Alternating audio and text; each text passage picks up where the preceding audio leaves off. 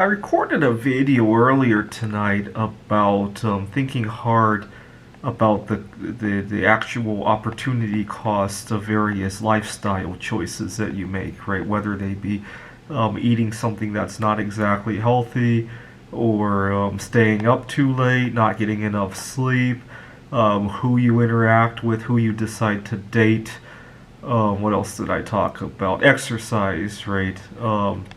And getting physical activity. And one of my subscribers commented that if he got to see all the opportunity costs of all of his food choices, it might encourage some sort of anorexia.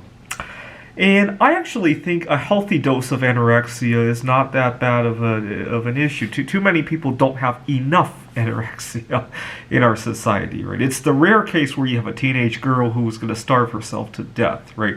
Most people don't have enough anorexia, right? So I'm living right now in an Airbnb, and I booked it out for a month, and I might extend it. I'm waiting to see if Taiwan is going to end their quarantine requirements. If they do, I hope to spend some time in Taiwan. Right now, all of my work is remote, so that's fine with me.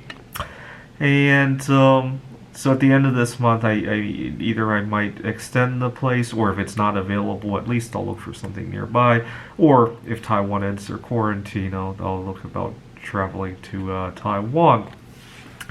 But okay, so before booking any Airbnb, I usually book the place for like 2 days, just to make sure everything's in order, right?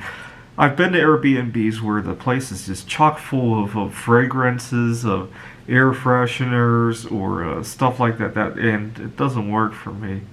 And so I wouldn't book it for a month, right? Otherwise, I would have to haggle with the people there and just make a mess of myself, right?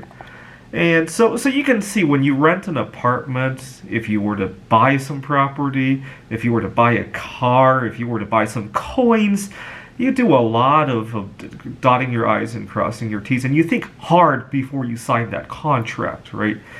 Well, every time you consume something, you can't undo it, right? If you eat something, you can never uneat something, right?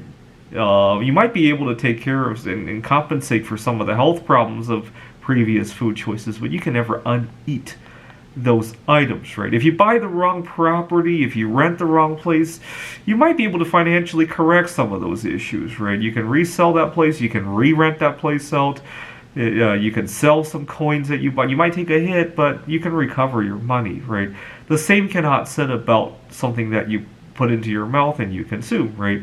The same cannot be said if you go somewhere you shouldn't and you catch a virus, or you have sex with somebody and you catch a disease, or a number of bad things that you could do to your body, right? If you miss sleep, if you stress yourself out, if you get some kind of heart attack or something like that.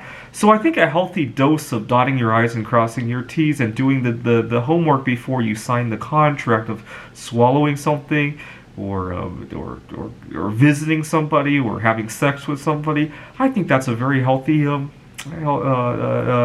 step to take, right? I wouldn't call that anorexia, right?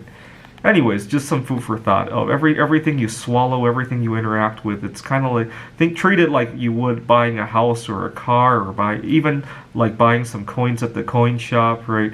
Most people think pretty much harder on those things than they would about something they put in their mouth, but something you put in your mouth is a lot harder to reverse than some of the other things that I mentioned.